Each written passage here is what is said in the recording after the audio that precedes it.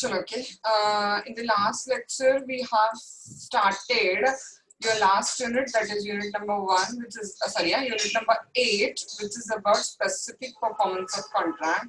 Or what we can say is that Specific Relief Act is your unit number 8. So out of that, question number 1, which is very, very important for the examination if the subjective paper is there, and that is Specific Relief Act मधला specific performance of contract हा question काय तर आपल्याला पेपरला खूप जास्त frequently त्यांनी पेपरला काय केलेलं तर हा क्वेश्चन विचारलेला आहे हा that when contract can be specifically enforced. Okay, Roman 1 introduction आपण डिस्कस केलं होतं या क्वेश्चनचं.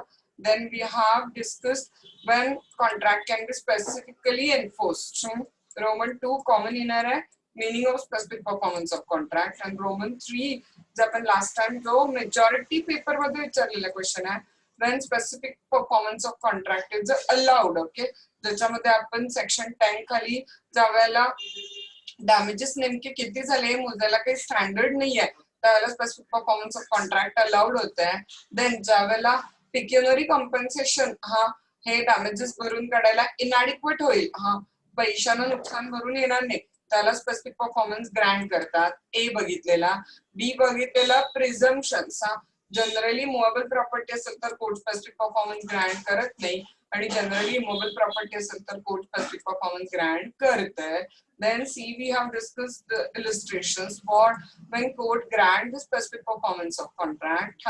Then D, we have seen some more contract which can be specifically performed under section 14(3) of the Specific Relief Act. And now we are going to deal with the second part of this question. Okay, and the second part of the question we are going to deal is the Roman 4. Which contract cannot be specifically enforced. Okay, बरोबर which can be specifically enforced काय करायचं सांग आपल्याला cross opposite जायचंय जे contract specifically enforce होणार नाही. हा असाच क्वेश्चन जास्तीत जास्त असतो की which contract can be specifically enforced and which contract can not be. Okay, बरोबर काल इन द सेन्स परवा लास्ट लेक्चर मध्ये आपण काय म्हटलेलं सांगा की जेव्हा मनी कंपन्सेशन ॲडिक्वेट नाही आहे, पैशानं नुकसान भरून येत नाही, त्याला कोर्ट स्पेसिफिक परफॉर्मन्स ग्रँट करतं आपण डिस्कस केलेलं. पण आता ज्यावेळेला तुमचं पैशानं नुकसान सहज भरून निघेल त्यावेळेला स्पेसिफिक परफॉर्मन्सच्या लेंदी रेमेडीत कशाला कोर्ट पडेल ना, त्यावेळेला कोर्ट सरळ डॅमेजेस अलाउड करेल आणि विषय संपून दिल. Okay, so when money compensation is adequate relief, okay, court will not grant the specific performance of a contract. Right. See contracts the non-performance of which can sufficiently be compensated by the payment of damages cannot be specifically performed under section 14(a) of the act. Okay, for example, a contract for the supply of commodity.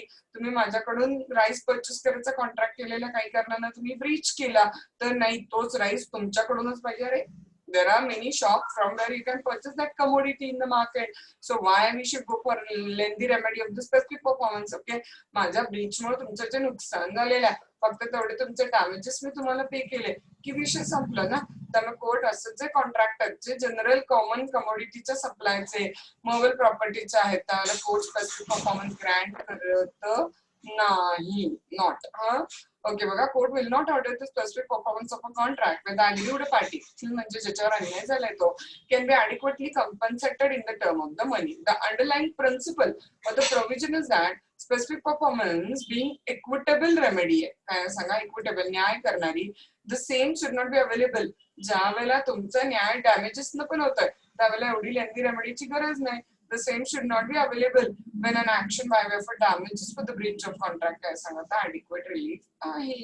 So example बघा, simple A contract to sell and B contract to buy 40 chest of the indigo. हा जे की आरामात कुठेही त्या टाइपच्या इंडिगोज मार्केटमध्ये available आहेत for 1000 per chest.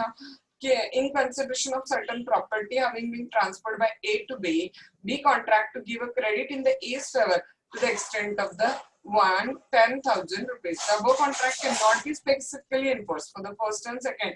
Both मध्ये मनी कंपन्सेशन काय होऊ शकते सांगा तर ॲडिक्वेट रेमेडी होऊ शकते किंवा मोस्ट प्रोबेबली फक्त फर्स्टच एक्झाम्पल टाका, सेकंड एवढं सुटेबल नाही आहे. फर्स्ट फक्त टाका की ए कॉन्ट्रॅक्ट टू सेल आणि B contract to buy 40 chest of the indigo at rupees 1000. Now just put out, suppose A make a breach of contract, court will not grant the specific performance here as money compensation is the adequate remedy. Simple. आता बघा, मी तुम्हाला शिकवायचं contract केलंय, right. मग ते personal स्किलचं contract आहे. Okay, मग आता पर्सनल स्किलचं कॉन्ट्रॅक्ट मध्ये से फॉर एक्झाम्पल आता काल माझी तब्येत बरोबर नव्हती किंवा काही कारणाने मी तुम्हाला ही सेमिस्टर नाही शिकवू शकले. ओके, तर हे पर्सनल स्किलचं कॉन्ट्रॅक्ट आहे. हेल्थ खराब झाली or whatever reason may be there. तर याचं कोर्ट स्पेसिफिक परफॉर्मन्स ग्रँट करेल काय सांगा, तर नाही करणार. कारण सांगा सिम्पल रिझन आहे ना, कारण मलाच शिकवायचं आहे आणि मला शिकवणं शक्य नाहीये, तर मग कसं कोर्ट स्पेसिफिक परफॉर्मन्स ग्रँट करेल. ओके, सो पर्सनल स्किलचं कॉन्ट्रॅक्ट पण कोर्ट स्पेसिफिक परफॉर्मन्स ग्रँट करत नाही तिथं. Okay, it's not possible for the court to supervise the performance of contract which runs into the minute and numerous details or is dependent on the personal qualification of the promisor. त्याला court specific performance grant करणार नाही. Okay, so thus contract of employment, contract of personal service, contract of artistic skill, contract to sing cannot be enforceable specifically due to the very nature. Okay, बघा exam मध्ये लिहिताना एवढे 4 illustration एका जागी नाही लिहायचे. मग पेपर इलिस्ट्रेशन न भरलाय की काय असं वाटतं. आपण ट्रिक यूज काय करायचं, एखादं एक्झाम्पल इथे 3 लाईन संपल्या की नाही, त्या एक्झाम्पलला आपण 2-3 पद्धतीने लिहू शकतो ना. लाईक इजी म्हणू शकतो आपण फॉर एक्झाम्पल म्हणून, राईट, तुम्हाला माहित आहे, किंवा इलिस्ट्रेशन म्हणू शकतो किंवा एक्झाम्पल म्हणू शकतो. मग इथे इजी म्हणून त्यातलं एखादं एक्झाम्पल टाकलं, किंवा शेवटी एखादं एक्झाम्पल टाकलं आणि मध्ये जिथे एक्झाम्पल म्हटलेल्या प्रॉपर इलिस्ट्रेशन तिथे 2 टाका. पूर्ण इलिस्ट्रेशन पेपर भरायचं नाही. Number 1, A contract to rent the personal service to the B. Okay, number 2, author book लिहायला प्रॉमिस करतोय. An author contract with the B a publisher to complete a literary work, we cannot enforce the specific performance of a contract. Okay, a contract with the B that in consideration of 1000 to be paid to him by B, he will paint a picture. Personal nature contract hai, and a contract to marry. All these contract cannot be specifically performed. का सांगा, कारण हे personal नेचरचे contract आहेत. Okay, in Purushottam versus Purushottam it was a contract to marry would fall under the category of the contract ज्याला court specific performance grant करू शकत नाही. Okay, for which a court cannot enforce the specific performance of a contract. कारण बघा, एखाद्याला तुम्ही promise to marry केला आणि फॉर सम रिझन तर मॅरेज ब्लॉक झालं, तर ते करायलाच पाहिजे. लग्न जोपर्यंत झालेलं नाहीये तोपर्यंत बघा, लग्न ठरलं, तुम्ही ते प्रॉमिस टू मॅरी ब्रीच केला म्हणून तुम्ही शायद कम्पन्सेशन डॅमेजेसला लायबल असाल, किंवा त्याने हॉल बुक केलेला, इनकन्व्हिनियन्स झाला, ट्रबल झाला. सो मॅरेज ब्लॉक केलेल्या पार्टीकडून इनोसंट पार्टी काय मागेल सांगा, तर मे बी कम्पन्सेशन मागेल. पण ते लक्षात घ्या, प्रॉमिस टू मॅरी वाला कॉन्ट्रॅक्टचं स्पेसिफिक परफॉर्मन्स कधी होणार नाही की ते आम्हाला परफॉर्म करूनच पाहिजे. कारण मॅरेज हा खूप पर्सनल इश्यू आहे. फॉर सम रिझन नंतर काही असं माहित पडलं की ड्यू टू दॅट त्याला लग्न नाही करायचंय, तर मग ते प्रॉमिस टू मॅरी ब्रीच केलं जाऊ शकतं. ऑफकोर्स तुम्ही ते मॅरेज ब्रीच केल्यामुळे समोरच्या पार्टीला जर इनोसंट असेल पार्टी समोरची, तर मग त्याला झालेल्या नुकसानावर तुम्ही डॅमेजेसला लायबल असाल. Okay, it was said the contract to marry would fall under the category of such a contract for which काय होणार नाही सांगा, तर स्पेसिफिक परफॉर्मन्स ग्रँट होणार नाही. देन तुम्हाला परवाच बघा जाता जाता सांगितलेलं, जे कॉन्ट्रॅक्ट ना डिटर्मिनेबल नेचरचे. Now what is mean by this word determinable nature? तर डिटर्मिनेबल नेचर म्हणजे टर्मिनेबल. कोर्टाचा वेळ खाऊन स्पेसिफिक परफॉर्मन्स कोर्टाकडून ग्रँट करून घेतलं आणि कॉन्ट्रॅक्टचं नेचर असं आहे की घरी जाऊन यांनी लगेच कॉन्ट्रॅक्ट तोडला. कारण कॉन्ट्रॅक्टचं नेचरच असं आहे की जे टर्मिनेबल आहे, तर त्यावेळेला कोर्ट स्पेसिफिक परफॉर्मन्स ग्रँट करत नाही. याचं एक्झाम्पल आहे पार्टनरशिप. पार्टनरशिप हे डिटर्मिनेबल नेचरचे असते. पार्टीजच्या फ्री विल वरती डिपेंड असतं की कधीपर्यंत पार्टनर राहायचं आणि कधीपर्यंत नाही. त्यामुळे ते कॉन्ट्रॅक्ट जनरली कसे असतात सांगा, तर डिटर्मिनेबल नेचरचे त्यामुळे कोर्ट स्पेसिफिक परफॉर्मन्स ग्रँट करत नाही. फक्त एक एक्सेप्शन मागच्या क्वेश्चन मध्ये बघितलेलं, जर पार्टनरशिप कॉन्ट्रॅक्ट आहे आणि वन ऑफ द पार्टीनं तो पार्टनरशिप बिझनेस ऑलरेडी स्टार्ट केलेला आहे, त्याची काही इन्व्हॉल्वमेंट आहे, तर मग ते कम्प्लीट होईपर्यंत कोर्ट स्पेसिफिक परफॉर्मन्स ग्रँट करेल तिथं. Okay, see specific performance is not ordered त्यामुळे ना थोडंसं कन्फ्युजन क्रिएट होतं. लक्षात घ्या की इकडे पार्टनरशिप आपण स्पेसिफिक परफॉर्मन्स नाही होत म्हणतो, तिकडे पार्टनरशिप होतं म्हणतो. तर ते कधी होतं, जर वन ऑफ द पार्टनरने काही बिझनेस ऑलरेडी स्टार्ट केलेला असेल तर. Specific performance is not ordered of the contract which is in the nature determinable आहे. determinable कंसात टाकून ठेवा स्वतःच्या नॉलेजसाठी. determinable हा a contract is said to be determinable when the party to the contract would it to be determinable. Thus when the party to contract can go to it and here we come meaning a contract is said to be determinable. The rationale म्हणजे reason is that there is no use of enforcing the contract which can be lawfully put to an end immediately after the decree of the specific performance is passed. As I already told you, कोर्टात गेला, 2 वर्ष वाया घालवला, कोर्टाचा वेळ, पार्टीचा वेळ वाया गेला, एवढं सगळं करून कोर्टाकडे स्पेसिफिक परफॉर्मन्सचा निकाल घेतला तुम्ही, डिक्री पास करून घेतला आणि इमिडिएटली तुम्ही कॉन्ट्रॅक्ट काय केला सांगा तर एंड केला. तर मग कोर्टाचा तुमचा वेळ वाया जाऊन काय उपयोग आहे. त्यामुळे जे कॉन्ट्रॅक्ट डिटर्मिनेबल नेचरचे आहेत त्याचा स्पेसिफिक परफॉर्मन्स कोर्ट ग्रँट करत नाही. Illustration A and B enter into partnership in a certain business. Contract was not specifying a duration of the proposed partnership. Okay, this contract cannot be specifically performed कारण ही partnership at will होती. त्यामुळे पार्टीच्या मनावर आहे की जेव्हा पाहिजे तर डिझॉल्व करू शकतात तिथं. If it were so perform either A or B might at once dissolve the partnership. कोर्टाकडून जरी स्पेसिफिक परफॉर्मन्स घेतला तरी पार्टनरशिप कॉन्ट्रॅक्टचं नेचर असं आहे की ए आणि बी कधीही त्याला डिझॉल्व करू शकतात. जवाहर 6 वर्ष शत्रुघ्न राव सोनारची काय तर ती केस आहे. शत्रुघ्न सोनार नॉट राव. बघा काय लिहिलंय तिथं. It was held that when the contract of the seller is the determinable adoption of the seller within a specified period on the repayment of consideration. Contract ठरतानाच असं ठरलेलं आहे की सेलर जर 1-2 महिन्यात पैसे नाही आले तर कॉन्ट्रॅक्ट तोडू शकतो. तर मग दुसरी पार्टी स्पेसिफिक परफॉर्मन्सला नाही जाऊ शकत. ओके, तर कॉन्ट्रॅक्ट काय होणार नाही सांगायचं तर the other party cannot get the degree of specific performance. कारण कॉन्ट्रॅक्ट बनवतानाच नेचर ऑफ कॉन्ट्रॅक्ट कसं केलेलं सांगा तर डिटर्मिनेबल केलेलं म्हणजे टर्मिनेबल केलेलं आहे. देन ज्या नेचर ऑफ कॉन्ट्रॅक्ट असे आहेत ज्याला कॉन्स्टंट सुपरविजनची गरज आहे, लॉंग टाइम सुपरविजनची गरज आहे, त्याला आपण कोर्ट स्पेसिफिक परफॉर्मन्स ग्रँट करत नाही. बघा पुढचा point. Contract requiring the constant supervision is the next point we are going to see. Okay, ज्या कॉन्ट्रॅक्टला कॉन्स्टंट सुपरविजनची गरज आहे, कॉन्स्टंट लक्ष ठेवायची गरज आहे तर ना ते कॉन्ट्रॅक्ट पण कोर्ट स्पेसिफिक परफॉर्मन्स ग्रँट करत नाही. काय जसं ना इथं परत तुम्हाला थोडंसं कन्फ्युजन होऊ शकतंय. Which contract can be specifically perform मध्ये आपण बघितलेलं की बिल्डिंग कॉन्ट्रॅक्टचं स्पेसिफिक परफॉर्मन्स ग्रँट होऊ शकतंय आणि इथं आपण आता म्हणणार आहे की बिल्डिंग कॉन्ट्रॅक्टचं स्पेसिफिक परफॉर्मन्स ग्रँट होत नाही. आता फक्त तिथे एक्स्ट्रा काय ऍड केलेलं सांगा. इथे रिझन काय बिल्डिंग कॉन्ट्रॅक्टचं स्पेसिफिक परफॉर्मन्स होणार नाही कारण त्याला लॉंग सुपरविजनची गरज आहे, कॉन्स्टंट सुपरविजनची गरज आहे. पण तिथे आपण एक बट ऍड केलेला. बट काय ऍड केलेलं सांगा आपण तिथं तर बिल्डिंग कॉन्ट्रॅक्ट मध्ये जर प्रत्येक term about the nature of the building to be constructed in detail mention केलेली असेल तर मात्र बिल्डिंग कॉन्ट्रॅक्टचा स्पेसिफिक परफॉर्मन्स ग्रँट होईल, अदरवाइज होणार नाही तिथं. Okay, contract requiring the constant supervision, right? A contract cannot be specifically enforced when it involves the performance of continuous duty, okay, which a court cannot supervise. The sole test under the clause is whether the contract is such that the court cannot supervise its performance in as much as it involves the performance of continuous duty. Illustration baga. A contract to let for a 21 year to be the right to use such a part of certain railway made by the A as was upon the B's land.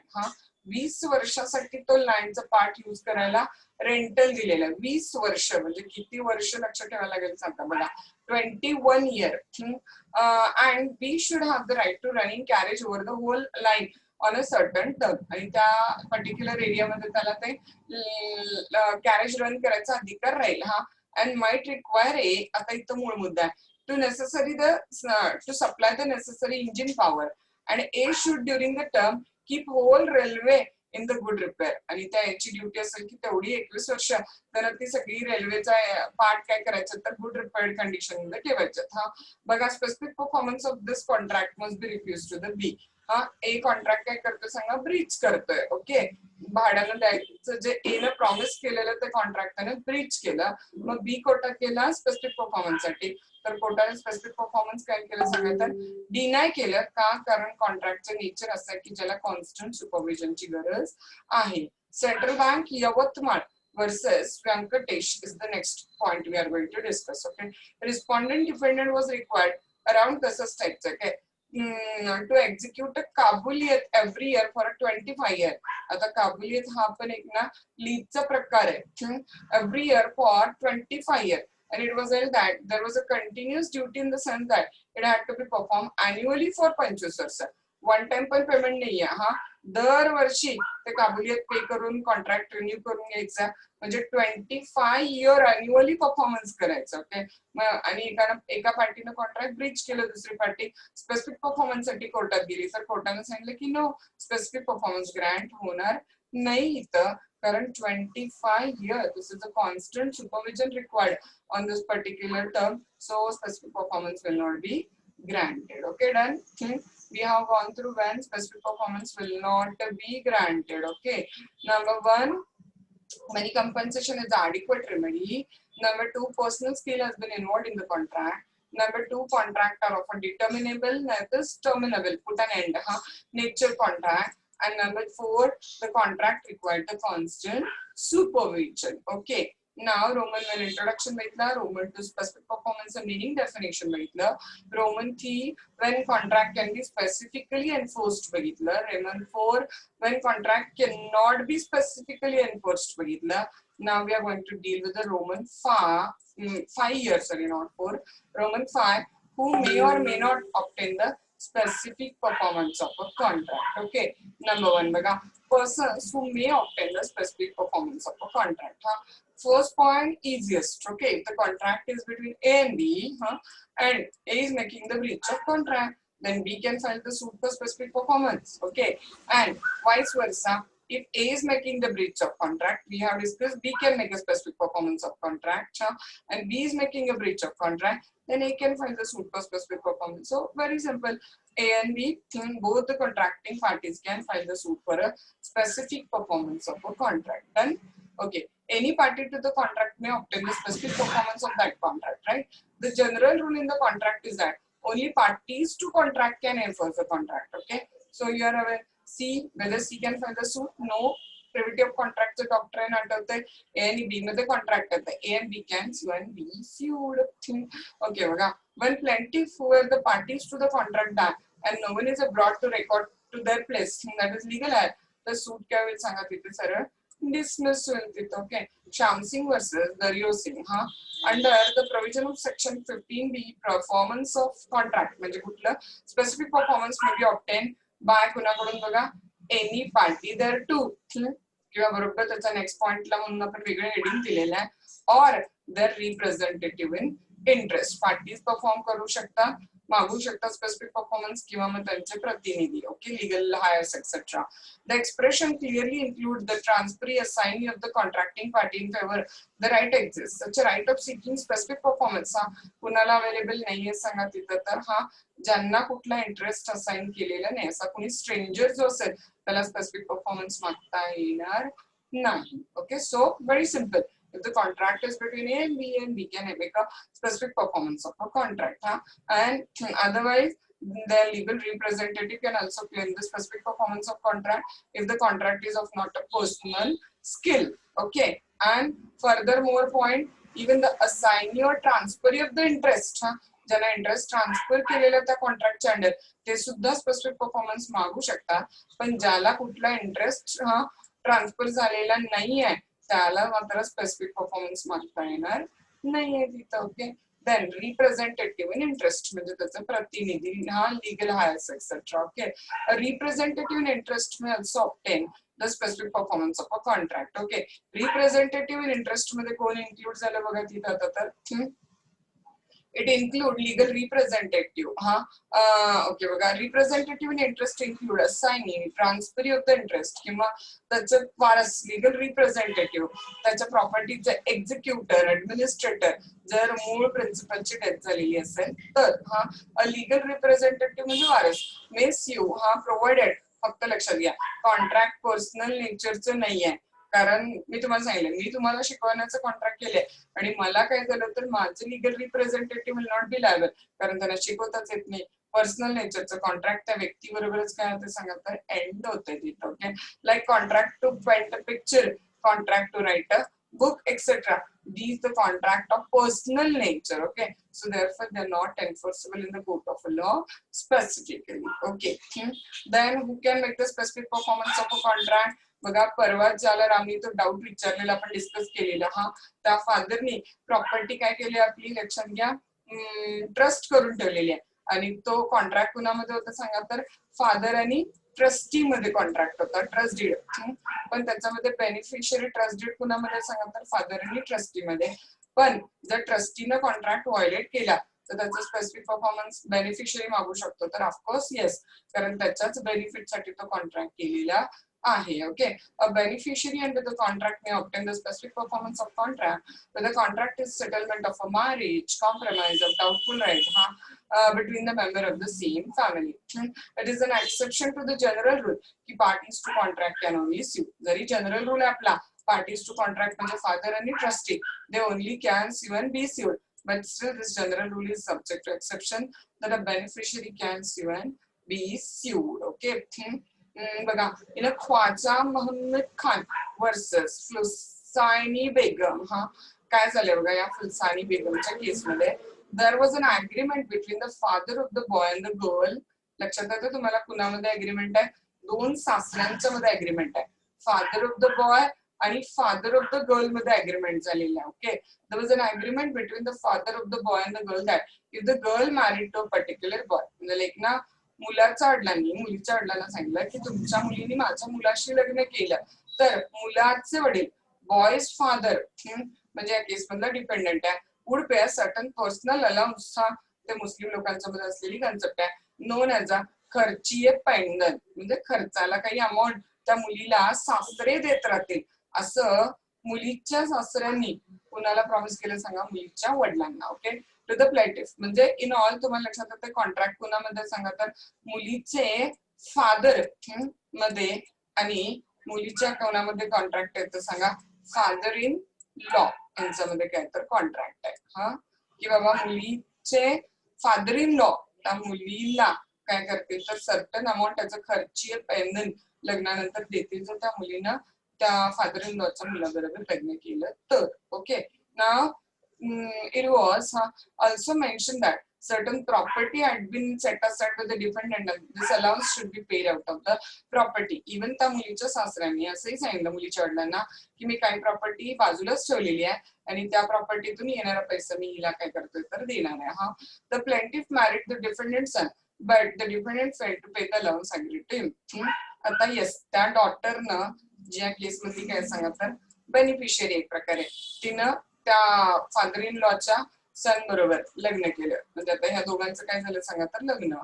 आणि या father in लॉनी ह्या डॉक्टरला काय promise केलेलं की तू याच्याशी लग्न केलंस की मी तुला पर्टिक्युलर अमाऊंट खर्चीय पैंधन देईन. पण हे प्रॉमिस फादर इन लॉनी कुणाला केलं सांगा? फादरना, म्हणजे मुलीच्या सासऱ्यांनी मुलीच्या वडिलांना केलेलं होतं. So contract was between two father. In action पण आहे ना, तो जो डिपेंडंट आहे म्हणजे सासरे जे आहेत ते पे करायला फेल होतं. The plaintiff married the dependent son but dependent failed to pay the allowance. Okay, मग आता ती मुलगी सूट फाईल करते सासऱ्यांच्यावर, ते पैसे तुम्ही प्रॉमिस केलेले देतो म्हणून आणि देत नाही. सासरे म्हणतात मी काय तुला प्रॉमिस केले नाही, मी तुझ्या वडिलांना प्रॉमिस केले, so you are a stranger to contract, you cannot take an action. पण कोर्टाने सांगितलं की नाही, beneficiary under the contract can enforce the contract. Okay, in an action by the plaintiff to claim this allowance, the defendant contended his contract to pay the allowance had been only made with the plaintiff's father and not with the plaintiff. She being a stranger to contract, she cannot sue. The contract is enforceable because she was a beneficiary of the कॉन्ट्रॅक्टची काय होती सांगा तर ती beneficiary होती. Okay, नाव थोडस critical आहे आता हे, थोडस समजायला तुम्हाला जड जाईल. त्यामुळे तुम्हाला ना नेक्स्ट इयरला ट्रान्सफर ऑफ प्रॉपर्टी मध्ये ही कन्सेप्ट येणार आहे, द रिमाइंडर म्हणून. हा, मग आता हा रिमाइंडर कोण आहे हे आधी तुम्हाला थोडस समजून घ्यायला लागेल, कारण थोडी कन्सेप्ट समजायला काय तर हार्ड आहे. हा, let's will just take out one example. One father is there. One father is there. Okay. Now this particular father, even as simultaneously you can say ki husband hai. Ha काय सांगा तर husband आहे. हा, आणि he is having the wife. Okay. And he is having simultaneously काय सांगा तर एक son आहे त्याला. Husband आहे, wife आहे, son आहे. Okay. Now this husband ह्या स्टोरी मध्ये पण थोडंसं असं होतं की हा, this husband is suffering from some disease. हा, त्यामुळं ना त्याला आपली प्रॉपर्टी काय करायचं सांगा तर सिक्युअर करून जायची मुलासाठी आणि बायकोसाठी.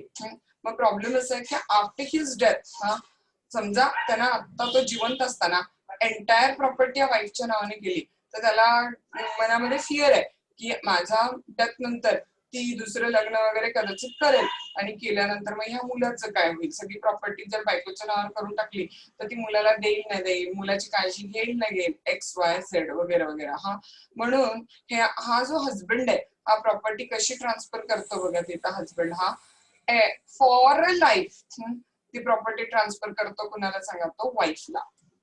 म्हणजे जोपर्यंत ही वाईफ जिवंत आहे तोपर्यंत या मुलाचा हक्क येणार नाही. हा, फॉर अ लाईफ प्रॉपर्टी कुणाला राहणार सांगा तर वाईफला, आणि वाईफच्या डेथ नंतर त्या प्रॉपर्टीचा कायमस्वरूपी फुल मालक कोण होणार सांगा तर हा सन त्या प्रॉपर्टीचा कायमस्वरूपी फुल मालक होणार. हा, म्हणजे आता सध्या प्रॉपर्टी कुणाकडे राहणार आहे, वाईफकडे. आणि मग नंतर त्या प्रॉपर्टीतल्या वाईफच्या डेथ नंतर शिल्लक राहिलेले सगळे अधिकार, हा, remaining all the rights over that particular property are to be transferred to the son. Okay, मग ह्या सनला काय म्हणायचं सांगा, रिमाइंडर. ह्या सनला काय म्हणायचं लक्षात आलं तुम्हाला, रिमाइंडर. Got the point. ह्या सनला म्हणायचं रिमाइंडर. हा, मग आता समजा असं गृहीत धरा काय, हा, या वाईफनं म्हणजे ज्याच्याकडे लाईफ इंटरेस्ट होता ना तिला टेनंट फॉर लाईफ असं पण म्हणतात, कारण ती एक प्रकारे जिवंत आहे तोपर्यंत भाडे करू असंच राहणार ना. तिला काय 100% मालकी हक्क मिळणार नाही, तिला ट्रान्सफर करता येत नाही, डिस्पोज ऑफ करता येत नाही, तिचे राईट्स काय असतात सांगा, लिमिटेड. मग या वाईफनं ना हजबंडनं अलाउड केलेलं होतं की ती रेंटल वगैरे घर देऊ शकते, त्याचं भाडं घेऊन ती तिचं चरितार्थ चालू शकते. तर त्या वाईफनं एखाद्याला घर काय केलं सांगा तर लीजवर वगैरे दिलेले आहेत, आणि या लीजीनं ना कॉन्ट्रॅक्ट काय केलं सांगा तर ब्रीच केला. तर ही वाईफ तर स्पेसिफिक परफॉर्मन्स साठी सूट फाईल करू शकतेच, कारण तिनंच कॉन्ट्रॅक्ट केलेला आहे. पण समजा उद्या या वाईफला काय झालं वगैरे तर हा जो सन आहे रिमाइंडर हा सुद्धा स्पेसिफिक परफॉर्मन्स कॉन्ट्रॅक्ट ग्रँट करू शकतोय किंवा स्पेसिफिक परफॉर्मन्सची सूट फाईल करू शकतोय. हा, थोडं क्रिटिकल आहे, समजून घ्या. हा, when the contract has been entered into by the tenant in life, contract कोण केलेलं सांगा, वाईफनं, in the due course of the power, कारण तसं तिला अधिकार हजबंडनं दिलेला की बाई तू लीज करू शकतेस प्रॉपर्टी वगैरे. हा, मग तोच कॉन्ट्रॅक्ट तो सन एन्फोर्स करू शकतो. तर येस, द रिमाइंडर मॅन म्हणजे the person who gets the right under the contract, the tenant म्हणजे सन, हा, can specifically enforce the contract. जो कॉन्ट्रॅक्ट ही वाईफ स्पेसिफिकली एन्फोर्स करू शकते तोच कॉन्ट्रॅक्ट हा रिमाइंडर मॅन म्हणजे सन सुद्धा स्पेसिफिकली एन्फोर्स करू शकतो तिथं. Okay, so that is reminder. आता पुढचा reversionary in position suit file करू शकतो का स्पेसिफिक परफॉर्मन्सची. हा, now again this is somewhat a minor difficult concept, reversioner. हा, रिव्हर्जनरी इन पोझिशन म्हणजे कोण असेल बघा आधी.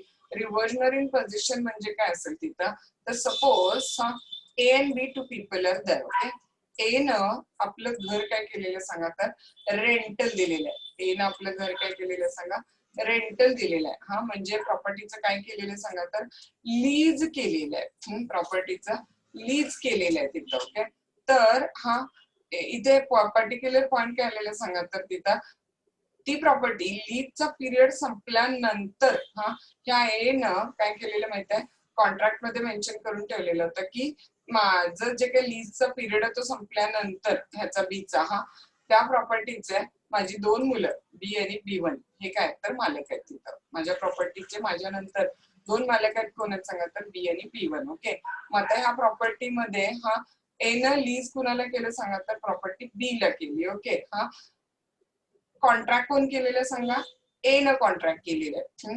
मग ए ची डेथ झाली. हा ए ची डेथ झाल्यानंतर जर ए जिवंत असता तर रिव्हर्जनर कोण असता सांगा तर ए असता. हा जर ह्या बी ने ब्रीच ऑफ कॉन्ट्रॅक्ट केलं असतं तर ब्रीच ऑफ कॉन्ट्रॅक्ट ए जिवंत असताना केलं असतं तर सूट कोण फाईल केली असती सांगा तर A may have filed the suit against the B because the plain contract was between A and B. A was a leaser and B was a leasing. But when A's death has occurred, तर या प्रॉपर्टीचे रिव्हर्जनर कोण आहेत सांगा प्रॉपर्टीचे रिव्हर्जनर आहेत बी आणि B1. बी म्हटलं ना, sorry मी चुकून म्हटलं, सी आणि C1 म्हणूया काय, कारण इकडे नाव बी दिले. रिव्हर्जनर कोण आहेत सांगा तर सी आणि C1 आहे. तर बी न कॉन्ट्रॅक्ट ब्रीच केल्यानंतर ती प्रॉपर्टी कुणाला रिव्हर्स जाणार सांगा सी आणि C1 ला. तर मग प्रॉपर्टीवरच्या ब्रीच ऑफ कॉन्ट्रॅक्ट वरती इव्हन सूट कोण फाईल करू शकतात तर सी आणि C1 सुद्धा बी वरती सूट फाईल करू